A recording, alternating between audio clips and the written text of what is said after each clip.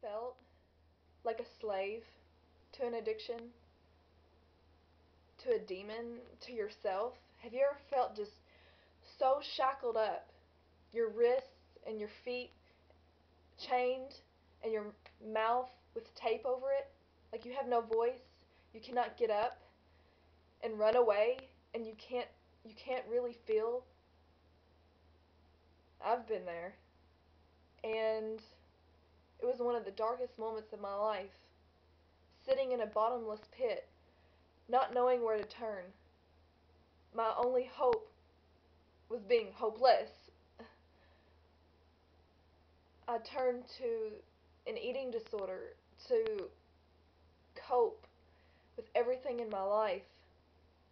I had no freedom, but I thought maybe one day I would see that number, that one magic number that would lead me to freedom. Finally. Every day stepping on and off the scale, just hoping it would go down. That was my hope, was just in a number. I was worshiping a false god. I was giving my life up for anorexia and bulimia. My hope was deteriorating, and I was giving up my life.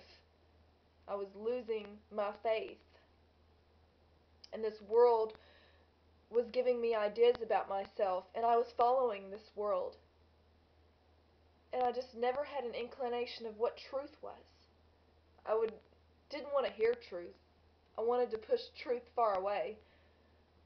I didn't want what those Christians had, those one Christians that really showed Christ.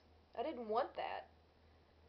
It just seemed silly to me that there was a God in heaven that actually cared about me, that could actually take away the eating disorder thoughts. No way. I mean, no. There was no way that that could be possible. I've had these thoughts since I could remember, and I just couldn't imagine not living without the eating disorder. It became like my friend and an enemy altogether, and it was just something that I clung to so much for just everything in my life. There was no way that it could just disappear, that I could be free. But in Galatians chapter 5, St. Paul says, "It is for freedom that Christ has set us free.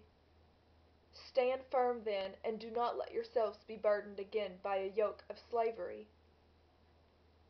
And when I read this, I know that I can finally stand firm on Christ.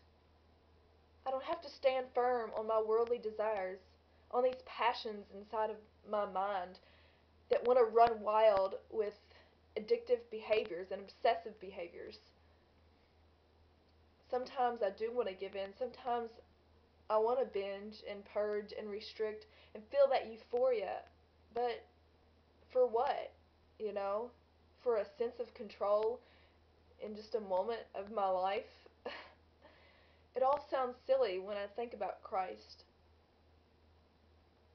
And when I think about Christ, I don't want anything else.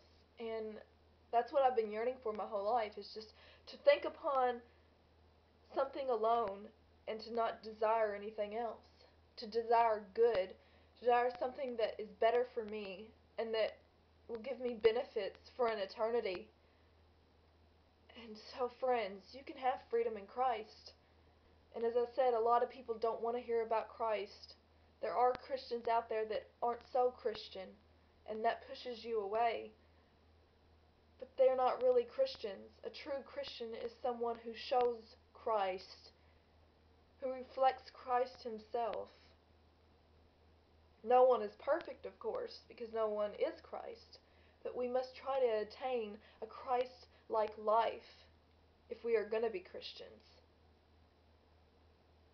But I'm telling you now, everyone, that you can have true freedom in Christ.